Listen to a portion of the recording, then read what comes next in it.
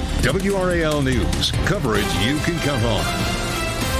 All right, welcome back. Holy cow. We have elections right around the corner. A lot of you have been sending in some questions about the voting rules as the day draws nearer. WRAL Capitol Bureau Chief Laura Leslie joining us live here in the studio to answer a couple of these questions. Thank you for being here. Good questions, too. Yeah, she's the expert. So here we go. One viewer asking, during early voting, can I vote at any voting station or do I have to go into my normal voting location? Well, you can vote early at any voting station in the county where you live.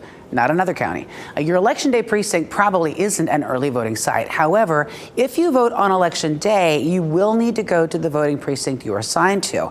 If you go somewhere else on election day, you'll still be allowed to cast a ballot, but it may only be partially counted because you might not be eligible to vote in some of the races in that precinct. Okay, next question. Former President Jimmy Carter, who is currently in hospice, reportedly voted by mail yesterday for Kamala Harris. Now, we got kind of a bit of a morbid, but I would say reasonable question here. If Carter were to pass away before Election Day, would his vote technically count? And that is a reasonable question because it happens every time, right? Every year, some people vote during the early voting process, and then unfortunately, they pass away before Election Day. Well, the rule is you have to be alive on Election Day for your vote to be valid.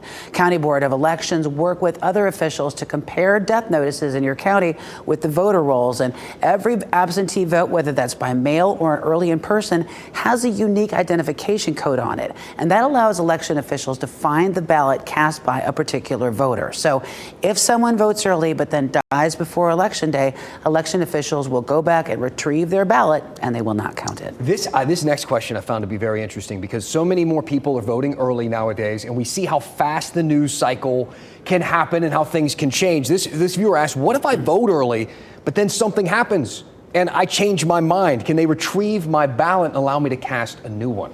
I know I just told you they can retrieve your ballot, but in this case, it's no take backs, okay? Once you put that ballot in the tabulator or into the mailbox, it is considered a cast vote.